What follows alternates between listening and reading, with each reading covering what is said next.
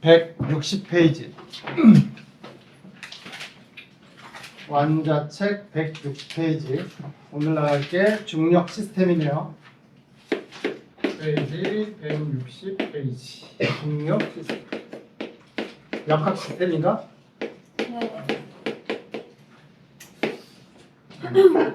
중력과 역학 시스템. 여기 나가도록 합시다. 근데 내용이 중학교 때부터 배워왔던 내용이긴 한데 또 다 알 것 같다라는 생각하에 넘어가면 또 헤매지 않나. 자, 중력 시스템, 중력과 역학 시스템. 일단 여기 내용에서 우리가 정리해야 되는 게 있지. 중력이 나왔으면 중력이 뭔지 알고 있어야 되겠지? 그지? 이 소단원에서 배우려고 하는 거 일단 정력. 다른 말로 뭐라 그래? 물체의 무게라고도 얘기를 하고요. 정확한 중력의 표현은요. 엄밀하게 얘기하면 중력은 저거죠. 질량을 갖고 있는 두 물체가 서로 당기는 힘을 중력이라고 얘기를 해요. 서로 끌어당기는 힘을 중력이라고 얘기를 합니다. 이 문장이 어려운가? 서로 끌어당기는 힘을 중력이라고 그러니까 좀 어려워. 뭔 말이냐면 A라는 물체가 있어. 내가 뭐 2kg이라고 하자. B라는 물체가 있어. 5kg이라고 하자. 야, 2kg, 5kg은 사실은 중력을 크기를 측정하는 게 의미가 없어요. 중력이 어느 정도 측정이 되려면 질량이 꽤 많이 나가야 돼. 둘 중에 하나라도. 어쨌든 설명을 하기 위해서 2kg, 5kg이라는 두 물체가 있을 때 A와 B는 서로를 뭐한다? 끌어당긴다. 이 화살표가 뭐예요? 당기는 힘을 표시한 거예요. 이때 화살표를 좀 구분할까요? 흰색 화살표와 주황색 화살표로 구분하세요. 요 힘이 중력 맞나요? 요 힘은 중력 맞나요? 맞아요. 각각 중력이야. 각각 중력. 중력이라 그래서 이 힘 하나를 중력 하나의 힘이다 라고 하는 게 아니라 이 힘도 중력이고 이 힘도 중력입니다. 그러니까 중력은 내가 너를 당기는 힘, 이게 중력이고 반대로 너가 나를 당기는 그것도 중력이라는 뜻이에요. 이게 이제 중력이라는 얘기고요. 그게 우리는 일상생활에서 뭐라 그러는 거야? 물체의 무게라고 얘기를 하는 거야. 왜냐면 일상생활에서 우리가 다루려고 하는 게 지구가 이렇게 있어. 지구 질량 어마어마하게 크죠? 지구가 있고요. 지구 위에 사람이든 물체든 간에 이렇게 있단 말이야. A라는 물체, B라는 물체, C라는 물체 이렇게 쭉 지구 위에 있단 말이야. 그랬을 때 지구와 물체, 지구와 B, 지구와 C 이 각각에 작용하는 중력을 고민을 하려고 하는 겁니다. 아시겠죠? 그래서 지구와 A 사이에 중력이 작용합니다. 맞죠? 지구는 A를 잡아당겨요. 그러면 A도 지구를 잡아당긴다. 이게 A와 지구 사이에 작용하는 중력이란 뜻이에요. 마찬가지로 지구와 B, 지구는 B를 잡아당겨요. 이게 B에 작용하는 중력이에요. 근데 B도 지구를 잡아당깁니다. 이것도 중력. 무슨 얘기인지 이해되시나요? 그래서 우리가 지구상에 있는 물체들의 중력을 얘기를 할 때는 통상 물체의 무게라고도 얘기를 하고 지구가 물체를 당기는 힘만을 좀 소박하게 축소시켜서 의미하기도 합니다. 그러니까 이 그림에서는 중력 그러면 지구가 A를 잡아당기는 힘, 지구가 B를 잡아당기는 힘, 지구가 C를 잡아당기는 힘, 이런 힘들을 물체에 작용하는 중력이라고 해석을 할 겁니다. 아시겠죠? 자, 책에 중력의 크기를 계산하는 식이 나와 있나? 식 써주자. 식이 어떻게 되냐면 실제 식은요 이런 거예요. A라는 물체의 질량을 M1, 질량을 나타내는 문자 기호가 m이에요. 알겠죠? m1이라는 물체가 있다. B의 질량이 m2. 이 그림에서는 m1은 2kg이고 m2는 5kg이에요. 이렇게 이제 대입을 시키면 됩니다. 그래서 임의의 질량, 임의의 질량 두 물체가 이만큼 떨어져 있어. 떨어져 있는 거리가 얼만큼 떨어져 있다라고 표기를 했을 때 중력이라고 하는 힘은 F, 중력 식이 이렇게 되는 거 알고 있는 학생들은 알 겁니다. R 제곱분의 라지 G 곱하기 M1 곱하기 M2. 얘가 중력을 계산하는 원래 식이야. 무슨 뜻이냐면 식을 보면 아시겠지만 이런 거죠. M2가 M1을 잡아당기는 중력, 요 크기를 계산하고 싶어. 요 크기. 요걸 F1이라고 할까요? F1 계산할 때 여기다 집어넣으면 된다는 뜻이에요. 아시겠죠? 근데 중력은 이것만 중력이 아니지. M1이라는 질량을 가지고 있는 물체가 M2라는 질량을 가지고 있는 물체를 잡아당겨요. 이 힘, 이것도 중력 F2라고 표기를 한다고 치자. 그럼 F2 어떻게 계산해요? 역시나 이 식에다 집어넣어. 그러면 F1의 크기와 F2의 크기가 어떻겠니? 식에 집어넣어. 크기가 어떻게 돼? 같아지겠지. 중력은 그럴 수뿐이 없어요. A가 B를 잡아당기는 중력과 B가 A를 잡아당기는 중력의 크기는 같다. 이유는 뉴턴의 운동법칙에서 3법칙. 무슨 법칙? 작용, 반작용 법칙. 우리가 뒤에 나올 겁니다. 작용, 반작용 법칙에 의해서 뒤에 나오게 되겠지만 다시 한번 쓸게. A가 B에 작용하는 힘이 있다면 반드시 힘은 짝을 이루게 됩니다. B가 A에 작용하는 힘이 존재를 하게 되고요. 두 힘의 관계를 작용힘과 반작용 힘이라고 표현을 해요. A가 B를, 그러면 B가 A를, 이 힘은 반드시 있어야 된다는 얘기예요. 내가 누구를 잡아당긴다? 그러면 그 대상 누구는 나를 잡아당기는 힘이 반드시 존재를 하게 돼. 짝을 이루게 돼. 이때 A가 B, B가 A, 이 문장이 주어 목적어가 이렇게 서로 크로스되는 두 관계를 작용힘, 반작용 힘이라고 얘기를 하고, 작용힘, 반작용에 있는 이 힘은 반드시 크기는 어때야 돼? 같아야 되고, 방향은 그 힘에 작용하는 방향은 반대 방향으로 작용한다. 그게 작반의 법칙이야. 알겠죠? 유림 이해됐니? 네. 중력도 이 법칙의 예외가 아니에요. A가 B를 잡아당기는 힘, B가 A를 잡아당기는 힘, F1, F2라고 했을 때 F1의 힘의 크기 R제곱분의 G 곱하기 M1 곱하기 M2로 계산을 한다. F2의 힘 역시나 R제곱분의 G 곱하기 M1 곱하기 M2로 계산한다. 그러면 F1의 힘의 크기나 F2의 힘의 크기는 계산식으로 어떻게 돼? 같아질 수뿐이 없어요. 힘의 크기는 어떻고? 같다. 알겠지? 여기서 보면 실수할 수 있는 거, 지구와 A 사이에 중력작용한다 그랬지? 지구가 A를 다 잡아당겨요. 그러면 반작용 반드시 있다 그랬어. A도 지구를 잡아당긴다 그랬어요. 지구라는 놈은 질량이 어마어마하고 무시하게 크지? 그지? 그러면 지구가 A를 당기는 힘이 세? A가 지구를 당기는 힘이 세? 그걸 얘기를 하는 거예요. 누가 힘이 세? 아니지, 힘의 크기 같다는 얘기잖아. 지금 작반의 법칙. 네. 비유를 하자면 이거야. 너무 멀리 있는 물체를 생각하지 말고 현재 있는 여러분들 생각하세요. 현재 지구가 각각 여러분들 잡아당기고 있단 말이야. 그걸 우리 뭐라 그래? 너희들의 무게라고 얘기를 하는 거야. 나의 몸무게. 그럼 몸무게가, 지구가 나를 당기는 힘의 크기가 무게예요. 물질 무게. 알겠니? 그러니까 예를 들어서 나의 몸무게가 600N이라고 치자. 내 몸무게가 600N이에요. 그 얘기는 지구가 나를 현재 얼마의 힘으로 당기고 있다? 600N의 힘으로 당기고 있다. 이런 뜻이야. 그러면 나는 지구를 현재 얼마로 당기고 있어? 역시나 600N으로 당기고 있다는 얘기야. 이런 이해되지? 자, 여기서 혹시 G가 뭐예요? 이거 이제 질문할 수도 있지. 이건 상수야. 여러분들이 건드릴 수 없는 값입니다. 이건 이미 정해져 있는 중력 상수라고 하는 값이야. 근데 중력 상수하고 뒤에 나오려고 하는 중력 가속도 상수는 같은 말이 아니에요. 중력 상수는 이 값이 여러분들 알 필요는 없지만 6.7? 6.7 곱하기 10의 마이너스 11승 정도가 돼. 크기가 매우 그 상수값이 어떻단 얘기야.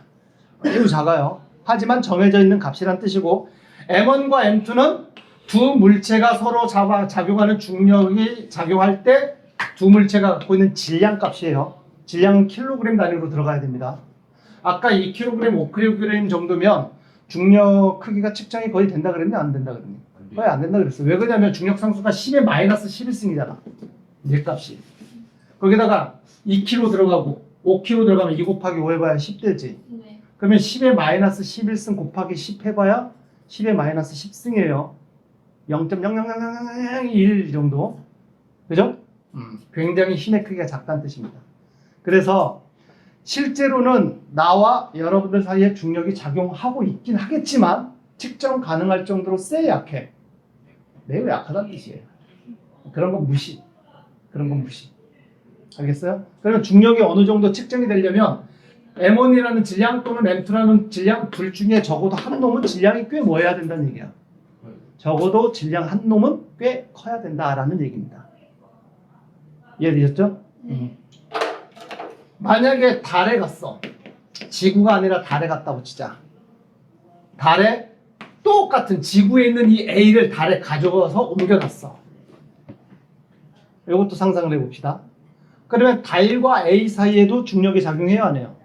당연히 하겠죠. 질량을 가지고 있는 모든 물체는 서로 당긴다고 했으니까. 네. 그죠? 그러면 달에 가져갔을 때 달이 A를 잡아당기는 중력의 크기는 지구에 있을 때 지구가 A를 잡아당기는 중력의 크기와 비교하면 달라지겠니 안 달라지겠니? 네. 달라지겠지. 왜 달라져? 여기서 M1 여기서 하나가 지구의 질량 이게 지구였다고 치자.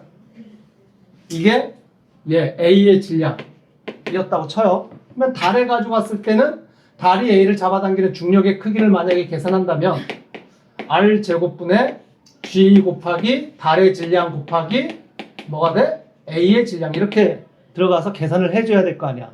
나머지는 뭐 비슷하다고 할지라도 달의 질량이 들어가고 여기서는 지구의 질량이 들어가잖아. 값이 달라지겠죠. 그지? 물론 여기서 R은 뭐냐? 떨어진 거리라고 그랬잖아. 지구에서는 지구로부터 물체까지 떨어진 거리를 의미합니다. 지구 중심으로부터. 반지름이 한 6,400km 정도 되겠지? 물론 달에 가게 되면 이 반지름은 좀 줄어들게 될 겁니다. 그런 상황 다 고려했을 때 달에 가져가게 되면 똑같은 물체를 달에 가져갔을 때 달이 잡아당기는 중력의 세기는 지구에서 잡아당기는 중력의 세기의 약 몇 분의 몇이 된다? 이거 중학교 때 배웠죠. 약 지구 중력의 지구에서의 중력의 6분의 1 정도 됩니다. 왜? 달의 질량이 많이 적기 때문이에요. 알겠죠? 달에도 중력 작용합니다. 자, 그래서 중력에 대한 기본적인 내용. 자, 그런데 말이야. 그림을 또 그려야 돼. 지구로 다시 돌아와. 지구의 반지름을 라지 R이라고 쓸게요. 알겠죠? 그리고 여기에 지구의 질량 M1을 가지고 있는 물체가 있고 질량 M2의 질량을 가지고 있는 물체가 있고 M3의 질량을 가지고 있는 물체가 있고 지구의 질량은 라지 M으로 문자기호로 쓸게요. 알겠죠? 그러면 M1에 작용하는 중력은 계산이 어떻게 돼? 지구 반지름 R제곱분의 G 곱하기 지구의 질량 곱하기 물체의 질량 M1이 들어가면 되겠죠? 네. 식 자체가 이거겠지? 만약에 M2에 작용하는 중력은 지구가 땡기는 M2에 작용하는 중력은 계산하면 어떻게 되겠니? 라지 R제곱 지구 반지름 제곱분의 중력 상수 G 들어가고 지구의 질량 곱하기 M2의 질량 이렇게 들어가면 되겠지? 네. 지금 M3까지 해봅시다. 뭘 하려고 그러는지 좀 지켜봐. M3 세 번째 물체에 작용하는 지구가 당기는 중력의 크기는 역시나 지구 반지름 R제곱분의 G 곱하기 라지 M 곱하기 M3 이렇게 들어가겠지. 이런 식으로 계속 들어가게 될 겁니다. 이해됐니? 그러면 여기에 셈이 있다고 치자. 그러면 셈의 중력 쌤의 중력. 쉽게 얘기해서 나의 몸무게를 물어보는 거예요. 계산은 어떻게 해야 돼? 라지 R 제곱분의 G 곱하기 지구 질량 곱하기 나의 질량 이렇게 들어가야 되겠지. 뭔 물체가 들어가든지 간에 오라! 뭐 쓰다 보니까 여러분들은 왜 같은 글자를 계속 반복해서 쓰지? 귀찮게? 여기서부터 여기까지는 다 뭐해? 다 같잖아. 계속 반복되는 거 아니야. 그지? 뭘 얘기하는지 알겠지? 그러면 지구에 어떤 물체가 있을 때 그 물체를 잡아당기는 지구의 그 중력의 세기는 결국은 이거는 공통으로 계속 들어갈 거 아니야. 그러면 이거를 계속 처음부터 다시 쓰지 말고 이거를 계산을 해서 하나에 뭐화 시키면 돼? 상수화 시키면 되겠지. 얘는 계속 공통적으로 들어갈 거 아니야.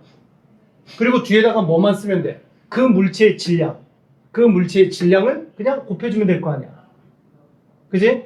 그래서 이거를 지구 반지름분의 중력상수 곱하기 지구의 질량 여기서부터 여기까지 계산한 것을 상수화시켜서 이거를 문자기호 스몰 g라고 나타내.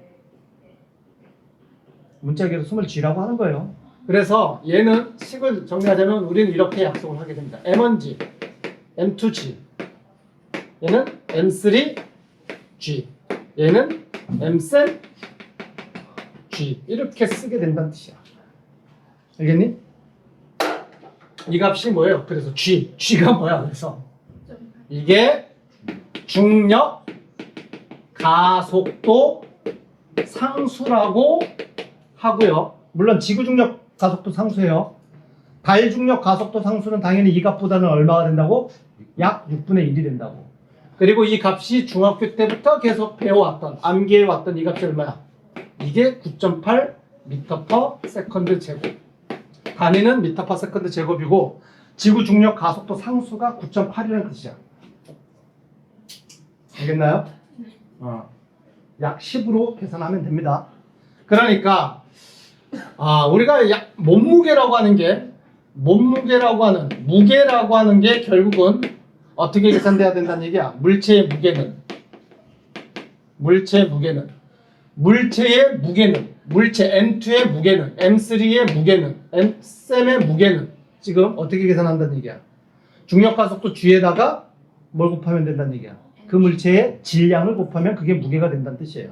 그러니까 물체의 무게는 물체의 질량 곱하기 중력 가속도 상수 9.8을 곱하면 그게 무게가 된다. 그게 현재 지구가 당기는 힘의 크기가 된다. 라는 얘기예요.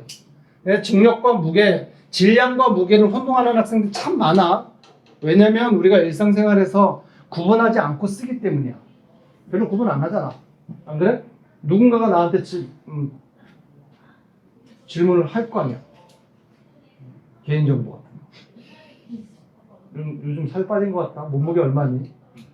개인정보 때. 몸무게 얼마니 물어보면 그냥 자연스럽게 나와. 60kg이야. 살 많이 빠졌어. 우리가 이렇게 구사를 하는데 물어본 건 무게를 물어봤는데 지금 대답은 뭘로 대답했니? 질량으로 대답한 거야. 근데 우리는 일상생활에서 아무 불편함 없어. 그지? 킬로그램이라고 하는 건 질량입니다. 과학에서는 질량과 무게가 달라요. 왜 다르냐면 질량은 지구의 그 물체가 내가 60kg이라고 쳐요. 내가 60kg의 질량으로 지구에 있든 내가 달에 갔어. 달에 간다고 해서 나의 질량 60kg이 바뀌어 안 바뀌어? 안 바뀌어. 질량은 장소에 따라서 변하는 값이 아니야. 알겠니? 내가 블랙홀에 들어간다고 하더라도 60kg은 그대로 60kg이야. 알겠어요? 근데 뭐가 바뀌어? 장소에 따라서. 무게가 바뀌는 거야. 지구에서의 무게는 얼마니? 그러면 60kg에다가 좀 더 과학적으로 대답하려면 9.8 곱해가지고 대답해줘야 되겠지. 대충 한 10 곱해가지고 대답해주면 됩니다.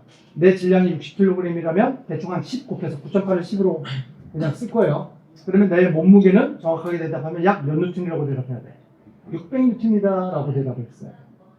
알겠어요? 근데 나를 달에다가 모셔갔어. 누가? 일론 머스크가. 모셔갔다고 쳐요. 그러면 달에서의 질량은 변해 안 변해? 반면에 내가 달에 간다고 하더라도 60kg은 그대로 가지고 있어. 근데 달에서의 잡아당기는 중력의 세기는 지구의 약 몇 분의 몇이 된다고? 6분의 1이 된다고. 그러면 내가 지구에서 600N의 무게였다면 달에서는 몇 뉴턴의 무게가 돼? 약 100N의 무게가 된다는 뜻이야. 그래서 질량은 안 바뀌어. 장소에 따라서. 근데 무게는 바뀌는 값이라고. 그게 질량과 무게의 개념 차이예요.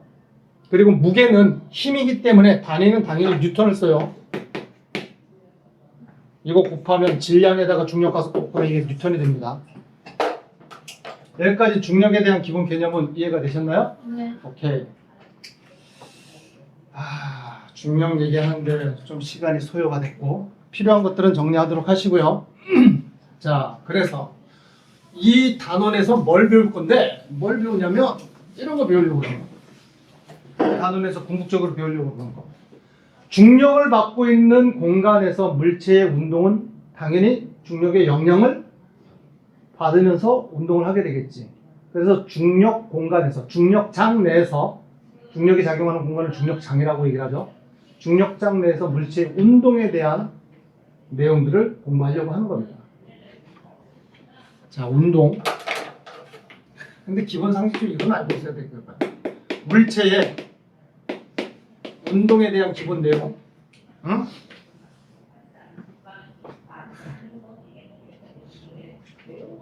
언제 배웠지? 중3 때 배웠나?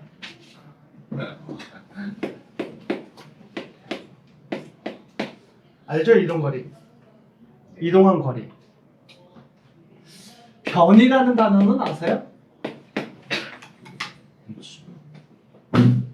변이. 자, 고등학생이니까 내용이 이제 한 단계 업그레이드 돼야 되겠지? 자, 속력. 물체의 속력 어떻게 계산하니? 시간분의 이동 거리. 그러니까 이동한 거리를 뭘로 나누면 된다? 그 이동하는 데 동안 걸린 시간으로 나누면 속력이라고 얘기를 해요. 아시겠죠? 보면은 이제 다 기억나는 거야. 자, 속도는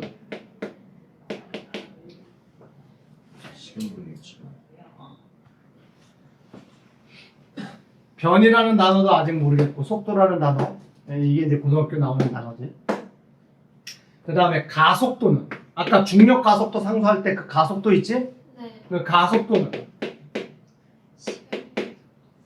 자, 이동거리하고 변이 속력과 속도의 차이점 요거 간단하게 정리를 해야지만 우리가 앞으로 내용이 좀 더 유연해지게 될 겁니다. 아시겠죠? 이동거리와 변이는 줄임말이에요. 변한 위치, 물체의 변한 위치 또는 위치 변화, 물체의 변한 위치. 그래서 변위라고 얘기를 합니다. 자, 간단한 예제를 들어볼 테니까 보세요.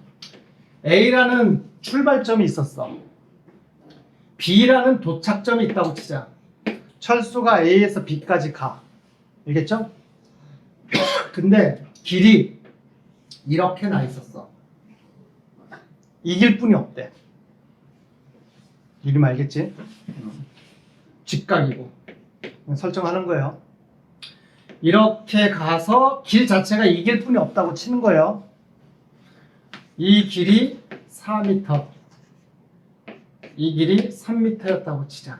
그래서 철수가 출발을 A에서 출발을 해서 여기가 출발점, 여기가 도착점이라고 치자. 철수가 이렇게 갔다고 쳐요. 그리고 이렇게 가는 동안에 총 걸린 시간이 예를 들어서 10초라는 시간이 걸렸다고 설정을 할 겁니다. A에서 직각으로 만들어져 있는 길을 가는데 10초 걸렸다고 치자. 자, 여기서 철수의 이동거리는 물어봤어. 이동거리는 몇 미터냐? 이동거리는 말 그대로 철수가 이동한 총 거리를 얘기를 하는 거야. 몇 미터예요?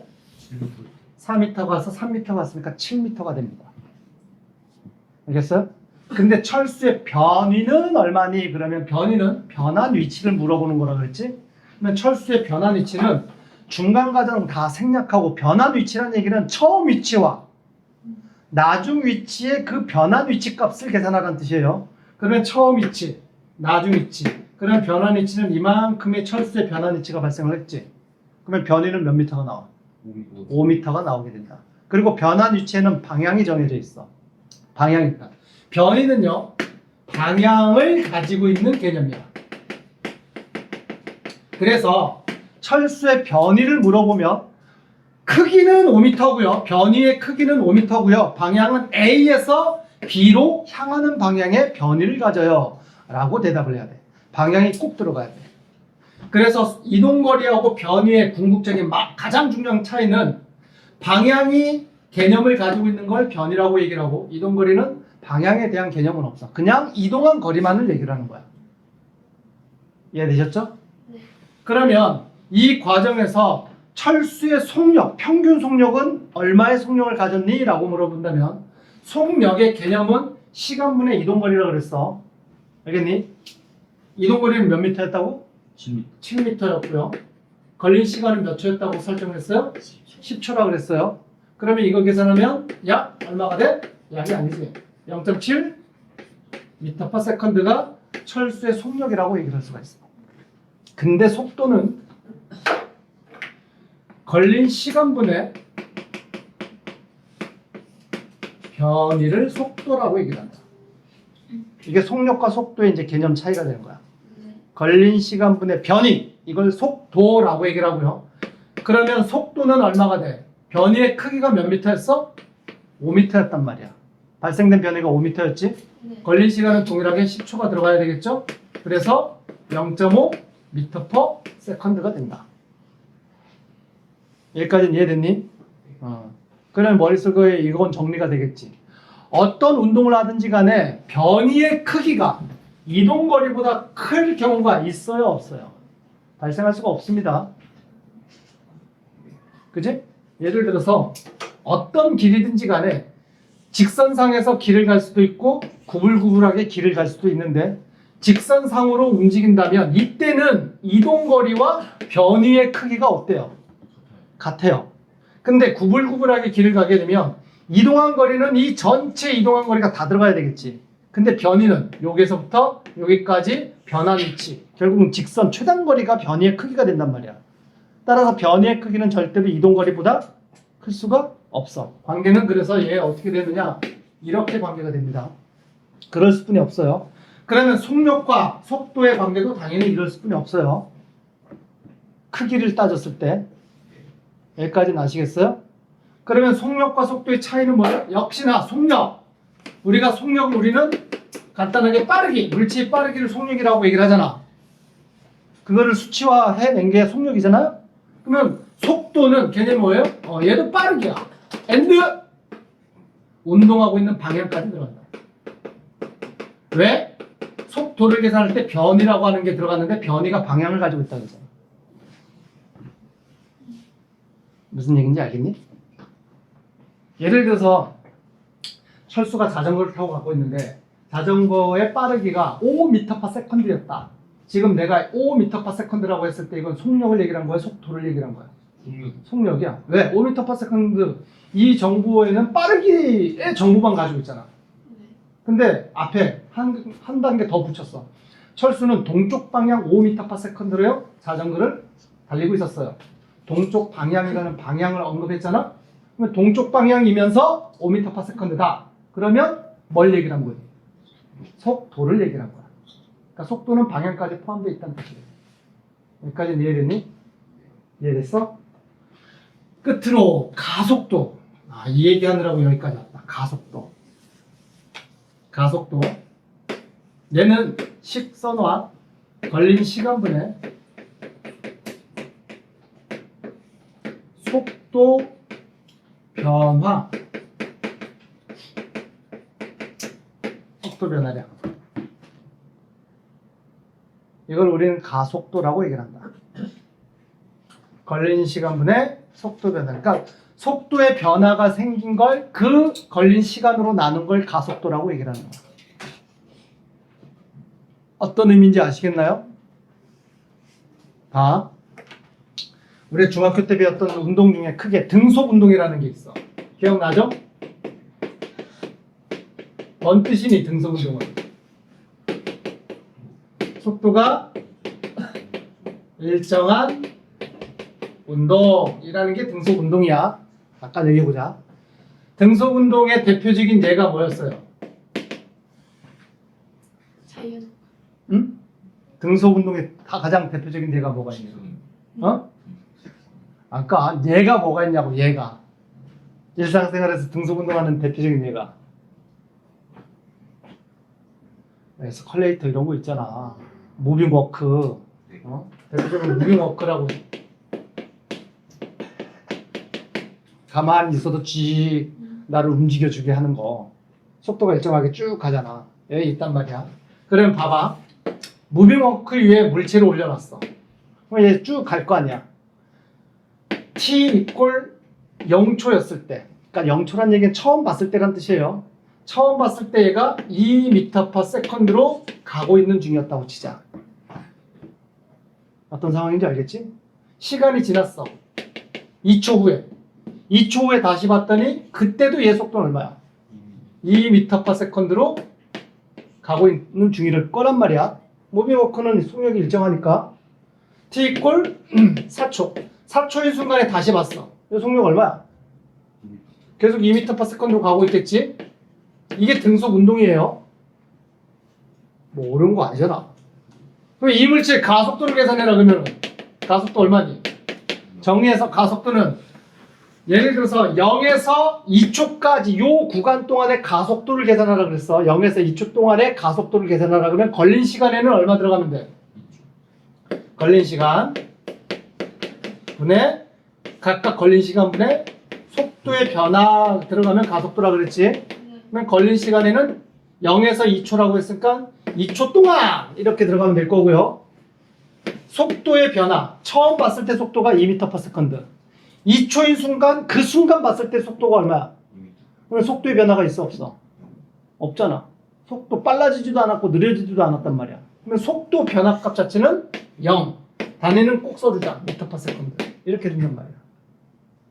그러면 가속도는 얼마나 계산해봐야 분자가 빵이니까 0이죠. 얘는 가속도가 빵이다 라고 얘기를 하는 거야. 뭔 얘기인지 이해돼? 그런데 누가 이 어떤 장치가 아니라 이번에는 굴러떨어지는 공을 보고 있다고 치자. 빗면에 굴러떨어지는 공이 있다고 쳐요. 하리나 빗면에 공을 딱 놨어. 처음 봤어. t = 0. 처음 봤을 때란 뜻이라 그랬지. 처음에 공은 정지해 있었다고 치자. 속도가 빵이었어. 0m/s. 여기서 놨어. 당연히 놓은 그 순간에 속도가 없죠. 2초가 지난 다음에 왔더니 공의 속도가 막 돌돌돌돌돌 굴러가면서 그 순간에 속도 측정기로 착 찍었더니만 이때 얘 속도가 예를 들어서 이 속도가 나왔다고 치자. 알겠지? 그리고 t = 4초. 이때보다는 속도가 또 빨라져 있겠지? 속도 기록계로 측정했더니 이때의 속도가 예를 들어서 4m/s의 속도가 나왔다고 치자. 그러면 이 패턴은 뭐예요? 굴러떨어지는 공은 속도가 점점 뭐 되고 있다는 얘기야? 빨라지고 있다는 얘기지? 그랬을 때 이러한 자료가 제시가 됐을 때 이물체의 가속도는 얼마니? 라고 물어본다면 물론 t = 0에서 2초까지의 가속도를 계산해라. 이걸 이제 물어봤다고 쳐요. 그러면 가속도는 걸린 시간 몇 초 동안? 2초라는 시간 동안에 분모 2초, 분자, 속도 변화가 들어가야 된다 그랬지? 그러면 처음 속도가 얼마야? 빵! 2초인 순간의 속도가 얼마야? 2. 그러면 속도 변화 얼마 발생을 했어요? 속도의 변화가 2만큼 발생을 했단 말이야. 나중 속도에서 처음 속도 빼주면 되겠지. 그게 속도 변화니까. 그러면 분자 값의 변환값이, 속도의 변환값이 2m/s입니다. 계산하면 숫자는 숫자들끼리 계산하면 되고 단위는 단위끼리 계산해야 돼. 1. 단위는 m/s를 세컨드로 나누게 되면 단위가 뭐가 나와? m/s 제곱. 이게 가속도의 단위야. 그래서 이 빗면에 떨어지는 이 물체의 공의 가속도는요 1m/s 제곱의 가속도를 갖는다라고 얘기를 할 수가 있다는 뜻이에요. 여기까지는 이해됐니? 이게 가속도에 대한 얘기예요. 그래서 가속도 공식 알아둬. 가속도 뭐예요? 걸린 시간분의 속도 변화. 문자기로 써줄게요. 아, 이제 고등학생이니까 걸린 시간 델타 t. 델타라는 얘기는 변화량이란 뜻이에요. 시간 변화 분의 속도 변화 델타 v. v가 속도란 뜻이에요. 델타는 변화란 뜻이고. 알겠지? 문자기로 이렇게 씁니다. 여기까지는 이해됐니? 자, 그러면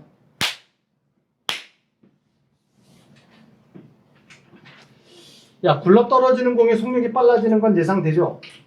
일상생활에서 다 경험하는 내용이잖아. 그지? 좀 질문해보자. 빗면에서 떨어지는 공은 왜 속도가 빨라지니? 원인은 뭐 때문이야? 중력이 작용해서. 그러면 평지에 있는 물체는 중력 작용 안 하나? 네. 중력은 빗면을 떨어질 때만 중력이 작용해요? 평지에 그냥 가만히 있을 땐 중력 작용 안 해요?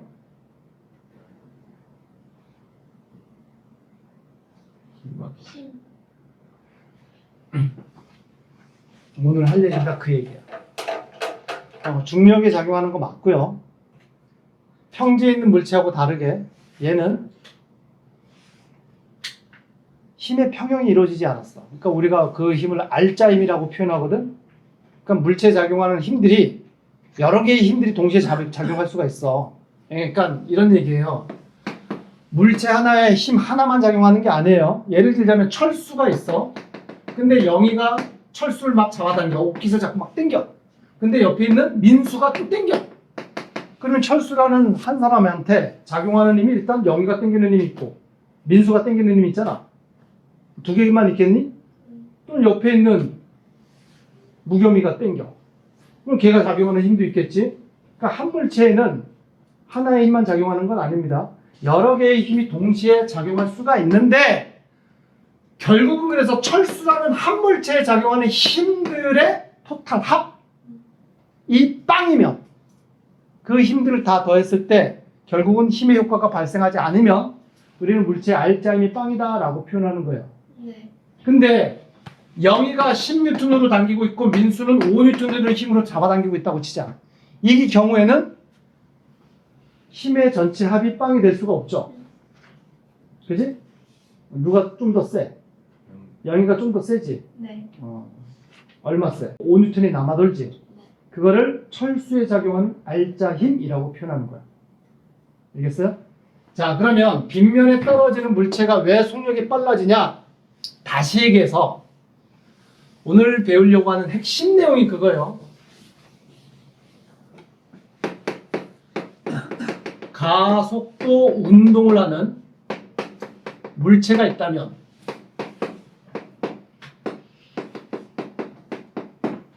가속도 운동하는 물체가 있다면 가속도라는 뜻은 무슨 뜻이라고? 속도가 변하고 있다는 뜻이에요. 속도가 변하지 않으면 무슨 운동이라고 한다고? 등속 운동. 속도가 변하는 운동을 가속도 운동. 그래서 가속도 운동을 하는 물체가 있다면 원인은 뭐냐? 바로 튀어나와야 돼. 그 원인은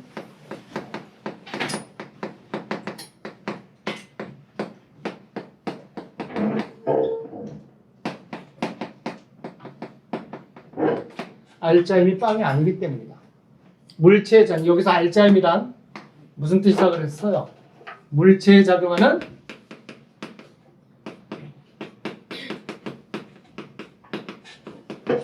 힘들의 합. 그거를 알짜힘이라고 얘기를 해요. 알겠니? 여기까지 되셨어요? 희선은 왜 늦었어? 예. 너무 늦게 일어났어요. 늦게 일어났어? 자, 이게 오늘의 핵심이야. 알겠어요?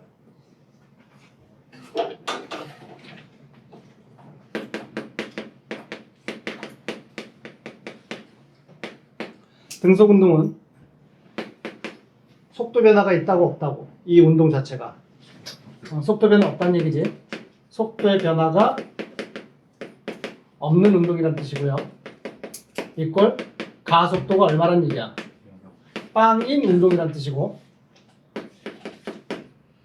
가속도가 빵이란 얘기는 결국은 물체 작용은 R자임이 얼마란 뜻이야? 이걸 얘기하는 게 등속 운동이야. 알겠니? 운동한다는 그 자체가 운동하니까 움직이고 있으니까 힘 받고 있나요? 이렇게 해석하면 안 된다는 뜻이에요. 움직이는 건 힘을 받든 힘을 받지 않든 간에 움직일 수가 있어요. 알겠니? 힘을 받고 있다면, R자임이 있다면 물체는 반드시 뭘 해야 돼? 가속도 운동을 해야 돼. 속도의 변화가 생겨야 돼. 그래서 물체의 운동을 관찰했을 때 물체가 빨라지든가 아니면 느려지든가 아니면 심지어 운동하는 방향이 바뀌는 것도 가속도 운동이에요. 왜냐면 속도라는 개념 자체에 방향이라는 개념이 포함된다고 그랬잖아. 그래서 속도가 변한다는 뜻은 빠르기가 빨라지든가 느려지는 것도 속도 변화가 당연히 들어가지만 방향의 변화가 생기는 것도 속도 변화예요. 그래서 뭔가가 어쨌든 변화가 되면 우리는 그걸 가속도 운동이라고 얘기를 하고, 원인은 뭐다? 물체가 힘받고 있다는 뜻이야. R자임을 받고 있다는 뜻이야. 알겠니? 네. 그걸 배우려고 하는 겁니다. 여기까지 되셨나요? 그러면 중력 얘기하다가 여기까지 흘러온 거 아니야? 그지? 지구에 있는 모든 물체는 일단은 뭘 받고 있어? 중력을 받고 있다. 그러면 책상 위에 놓여져 있는 물체는 중력 받아 안 받아? 책상 위에 사과가 이렇게 있다고 치자. 아, 사과 어떻게 그려야 돼? 야, 애플이 여기 이렇게 있나? 아, 몰라. 미안해. 야, 애플의 사과 이걸 왜 이렇게 했는지 아니? 한 입 베먹은 마크를 애플이 쓰잖아. 왜 이렇게 했는 줄 알아? 과일 중에 체리하고 구별하기 위해서래. 진짜야. 디자인 처음 한 사람이, 애플이 디자인한 사람이 체리하고 애플을 디자인한 거, 이걸 혹시 사람들이 체리로 보지 않을까? 그래서 구별하기 위해서 한 입 베어 먹은 걸로 디자인했대. 그렇대. 어쨌든 사과가 있다고 쳐. 중요한 건 그게 아니잖아. 중력 받아 안 받아? 그치? 중력 받으면 얘는 좀 전에 배웠듯이 힘 받으면 R자임이 빵이 아니면 얘 무슨 운동해야 돼? 가속 운동 해야지. 근데 얘 정제 있잖아. 가속 운동 안 하고 있잖아. 네. 그치? 뭐 이거 어떻게 해석해야 돼? 결론적으로 봐봐. 운동의 결과를 보고 해석을 합니다. 얘 탁자 위에 놓여있는 사과는 운동의 결과가 가속 운동이야 정제 있어? 정제 있지? 운동의 결과 정제잖아? 바로 튀어나와야 돼. 물체 작용은 R자임 얼마다? 빵이다. 이게 결론이어야 돼. 운동의 결과가 정지돼 있거나 아니면 물체가 등속 운동한다면 그 자체로 R자임은 빵이다 라고 튀어나와야 돼. 그러면은 작용하는 힘들을 이게 되게끔 끼워 맞춰야 됩니다. 물체 중력 작용이 안 해? 한다고. 그러면 중력이, 지구가 얘를 당기는 중력이 있어요. 이것만 있으면 R자임 빵은 아니잖아. 근데 R자임 빵이 되게끔 끼워 맞춰야 된다 그랬지.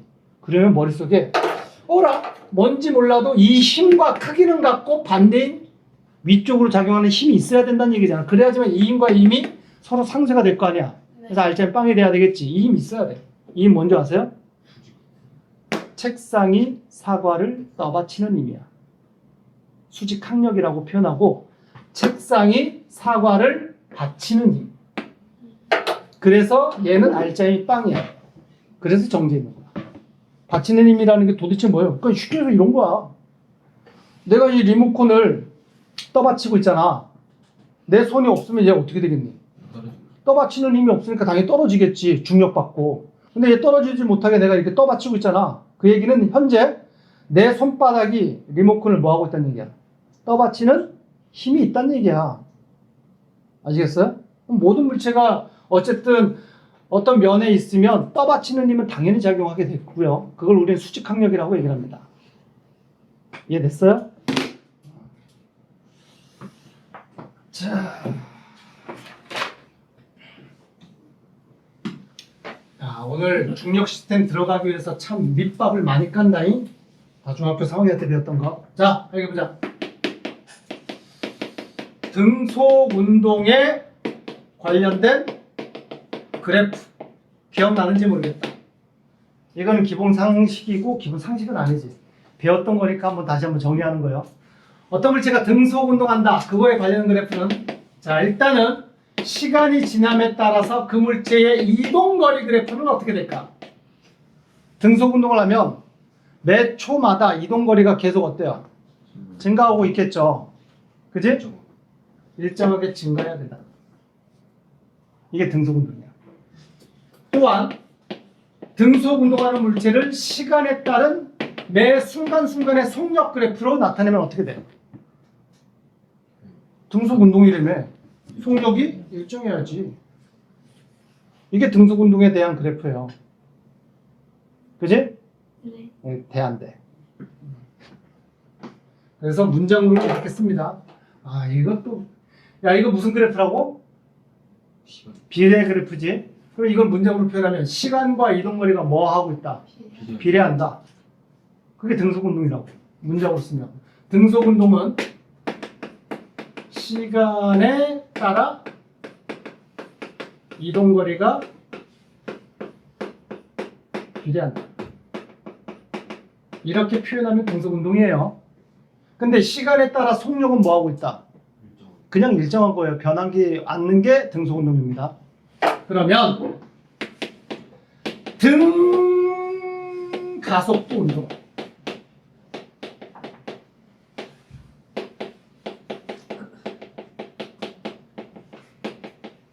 요까지 하고 잠깐 쉴게.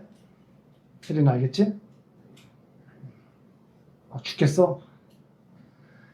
가속도인데 등가속도래. 뜻은 뭐예요? 가속도가 일정하다는 뜻이에요. 가속도가 일정하다. 가로 열고 일정한 알짜예요.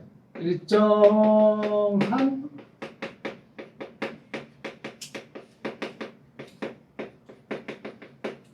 이게 등가속도 운동이에요. 알짜임 자체가 일정하게 작용하고 있어. 알짜임 작용하면 가속 운동한다 그랬지. 그런데 그 알짜임 자체가 일정한 크기의 알짜임이야? 그러면 가속도도 일정해. 그게 등가속도 운동인데, 등가속도 운동에 관련된 그래프는 일단은 제일 쉬운 거 시간에 따른 속도 그래프는 어떻게 그려줘야 되겠니? 비례. 등가속도니까 속도가 점점 빨라지든가 점점 느려지든가 둘 중에 하나겠지? 네. 그럼 점점 빨라지는 것만 그냥 그릴게요. 이게 등가속도 운동이야. 등가속도 운동은 시간에 따라 속도가 일정하게 바뀌어. 알겠니? 그러면 얘의 시간에 따른 이동 거리 그래프는 어떻게 그려지느냐? 얘하고 똑같이 그려지면 안 되겠지, 당연히. 얘 이렇게 그려집니다. 이차 함수로. 이차 함수로 그려져. 이제 이차 함수 그래프잖아. 그지? 그리고 얘는 그래프 하나 더 그려야지. 시간에 따라 얘는 가속도를 나타낼 수 있는데 가속도가 어때요? 일정하게 어떤 값을 가지고 있어야 되겠지. 이게 등가속도 운동과 관련된 그래프예요. 알겠지? 네. 책에 안 나와 있거나 눈에 지금 안 띄고 있으면 일단 그려놔. 그려놓고 그 다음에 요거 우리 중학교 3학년 때 많이 배웠던 거 시간 속력 그래프, 시간 속도 그래프 어쨌든 속력이나 속도나 크게 차이 두지 않고 그대로 그냥 같은 개념이라고 인정하고 씁시다. 시간 속력 그래프에서 이 두 그래프에서 임의의 x축과 이루고 있는 이 면적을 뭐라 그래요? 시간 속력 그래프에서 시간 속력 그래프 항상 그래서 그래프 볼 때는 시간 속력 그래프인지 거리 시간 그래프인지 그것부터 확인해야 되는 거예요. 네. 가속도 시간 그래프인지 그것부터 확인하고 지금 얘기를 하려고 하는 건 시간 속력 그래프, 속도 시간 그래프에서 x축과 이루고 있는 그래프와 x축과 이루고 있는 이 면적, 그래프와 x축이 이루고 있는 이 면적이 뭘 의미하게 돼? 이동거리. 얘가 이동 거리입니다. 네. 그래서 문제에서 이동거리 계산해라. 그러면 시간 속력 그래프에서 면적 계산하라는 뜻이에요. 알겠지? 그리고 이 똑같은 시간 속력 그래프에서 이번에는 기울기. 기울기는 뭐를 의미할까? 자, 현재 대답해봐. 이 그래프에서 기울기 얼마니? 빵이죠? 기울기 빵이잖아. 이때도 빵, 이 순간에도 빵, 이 시간에도 빵, 빵이야. 근데 이 그래프에서는 T1일 때 기울기, T2일 때 기울기, T3일 때 기울기, 기울기가 있지? 근데 T1이나 T2나 T3나 기울기가 다 어때요? 다 같죠? 기울기가 뭘 의미할까? 이게 가속도의 크기야. 그래서 등속운동은 당연히 가속도가 빵이다. 기울기가 빵이다. 얘는 가속도가 있다. 일정하다. 이렇게 되는 거야. 알겠니? 네. 단위가 뭐가 되냐면, 니들 기억나는지 모르겠는데 누누이 얘기하지만 그래프에서 면적 계산은 항상 어떻게 해야 되는 게 면적 계산이니? 가로 곱하기 세로야. 그게 면적이야. 그러면 속력 시간 그래프에서 시간이 세컨드의 단위, 속력이 미터 퍼 세컨드의 단위를 가지고 있는데 면적 계산하라 그러면 가로 곱하기 세로잖아. 가로에다가 세로를 곱해. 근데 단위 계산하면 가로의 단위가 세컨드, 세로축의 단위가 미터 퍼 세컨드 곱해. 뭐만 남게 돼? 그래서 이동거리 미터가 된다고. 그런데 기울기는 역시나 모든 그래프의 기울기는 x분의 소박한 의미에서 x분의 y가 기울기지. 델타 x분의 델타 y. 그러면 단위로만 계산해봐. y축의 단위가 뭐라고? 미터 퍼 세컨드. 가로축의 x축의 단위가 뭐예요? 세컨드. 단위 계산하면 뭐가 나와? 미터 퍼 세컨드 제곱. 이런 단위가 바로 기울기의 단위가 된다는 얘기야. 따라서 기울기의 단위는 뭐다? 가속도의 단위다. 이렇게 해석이 되는 거예요. 네. 알겠지? 너무 과부하 걸리고 있지? 너무 막 쑤셔놓고 있나? 시작!